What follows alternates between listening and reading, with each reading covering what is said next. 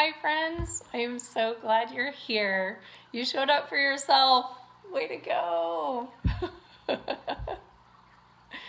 What has been going well for you this week?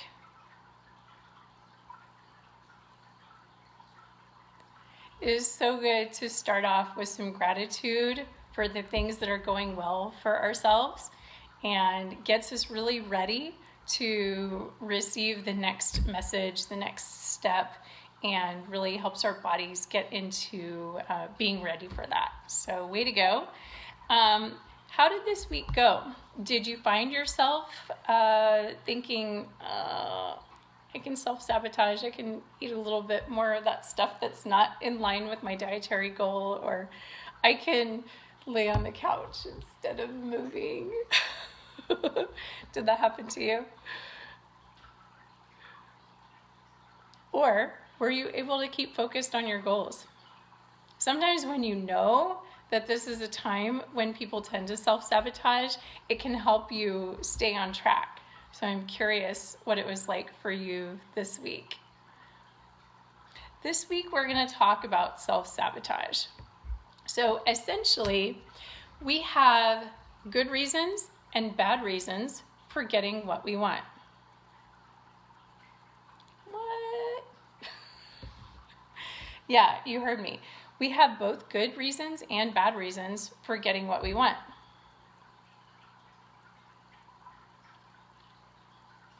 Self-sabotage.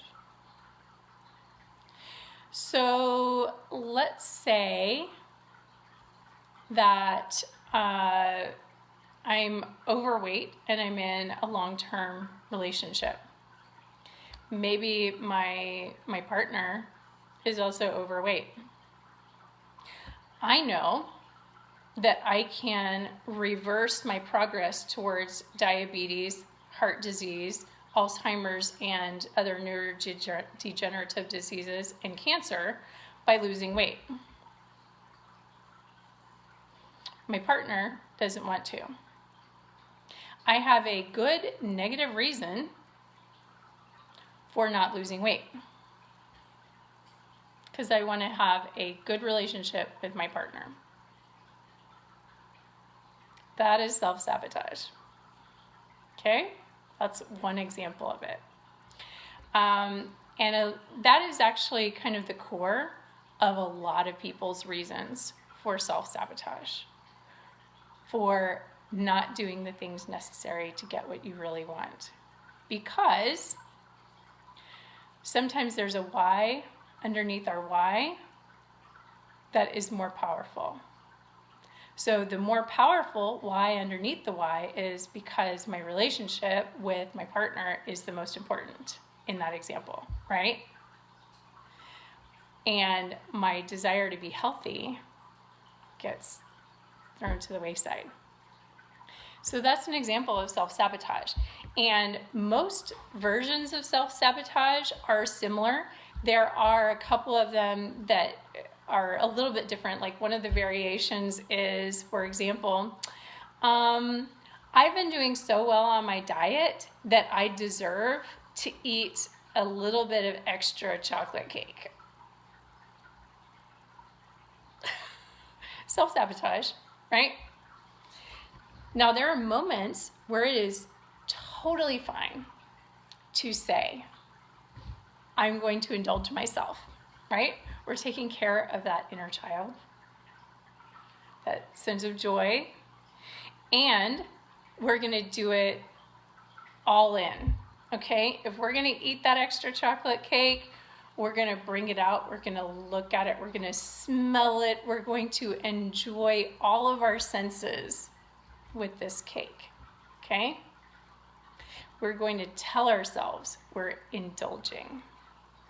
And it's going to help us digest that cake much better than we would if we were just saying to ourselves, I deserve extra chocolate cake because I've been doing so good. Instead, we say, I'm really going to indulge myself, right? Do you see how that's psychologically different? All right, so self-sabotage.